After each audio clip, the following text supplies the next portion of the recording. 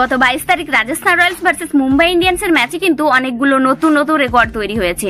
Rajasthan Royals অবশ্য 9 উইকেটে ম্যাচটা জিতে নিয়েছে, তবে মুম্বাই ইন্ডিয়ান্স টিমের তিলক বর্মা আর নিহাল বদ্রার পার্টনারশিপে কিন্তু তারা খুব সুন্দর পারফর্ম করেছে।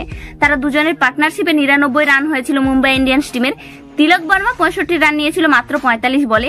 এর সাথেই কিন্তু সে আইপিএলে এখনো পর্যন্ত 1000 রান কমপ্লিট করে নিয়েছে, আর এখন সে সেকেন্ড ইন্ডিয়ান প্লেয়ার যে কিনা সবচেয়ে দ্রুত 1000 রান কমপ্লিট করেছে আইপিএলে। তাছাড়াও কাল রাজস্থান রয়্যালস টিমের হয়ে ইয়াশাস্বী জয়সওয়াল দারুণ পারফর্ম করেছে, 104 রান নিয়েছিল 60 বলে। সেও কিন্তু এখন সবচেয়ে ইয়াংগেস্ট প্লেয়ার যে কিনা 200 কমপ্লিট করেছে আইপিএলে। এর কারণে অবশ্য ইয়াশাস্বী জয়সওয়াল বেশ ভালো প্রশংসাও কুড়িয়েছে। ম্যাচের শেষে মুম্বাই ইন্ডিয়ান্স টিমের রোহিত শর্মাও তাকে কংগ্রাচুলেশন জানিয়েছে। বোলিংয়েও গতকাল কিন্তু বেশ ভালোই ছিল ইয়াশাস্বী, তবে সন্দীপ শর্মা তো ম্যাচে কামাল করে দিয়েছে 5টি উইকেট নিয়ে। সন্দীপ শর্মা কিন্তু আনসোল্ড ছিল তার প্রথম আইপিএল অকশনে, মানে কেউই তাকে টিমে নিচ্ছিল না। রাজস্থান রয়্যালস টিমে অবশ্য সে 2023 সালে এসেছিল রিপ্লেসমেন্টের হিসেবে।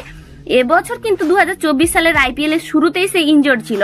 এছাড়াও রাজস্থান রয়্যালস টিমের ট্রেন্ট বোল্টও কিন্তু সবচেয়ে বেশি উইকেট নেওয়ার রেকর্ড করেছে আইপিএলে, তবে সে তার আইপিএল ক্যারিয়ারে এখনো পর্যন্ত ফার্স্ট ওভারে 26টি উইকেট নিয়েছে। যুজবেন্দ্র চাহলও অবশ্য একটি রেকর্ড করেছে, সেও কিন্তু আইপিএলে এমন ফার্স্ট বোলার যে কিনা 200টি উইকেট নিয়েছে আইপিএল হিস্ট্রিতে। এই ম্যাচটাতে অবশ্য সে একটি উইকেট নিয়েছিল, আর তাতে সে তার 200টি উইকেট কমপ্লিট করেছে। আইপিএলে কিন্তু যুজবেন্দ্র চাহলই প্রথম যে কিনা 200টি উইকেট নিয়েছে। তবুও সে টি20 ওয়ার্ল্ড কাপে একটাও ম্যাচ খেলছে না, যা কিন্তু ইন্ডিয়ান ক্রিকেটের জন্য একটা দুঃখজনক ব্যাপার।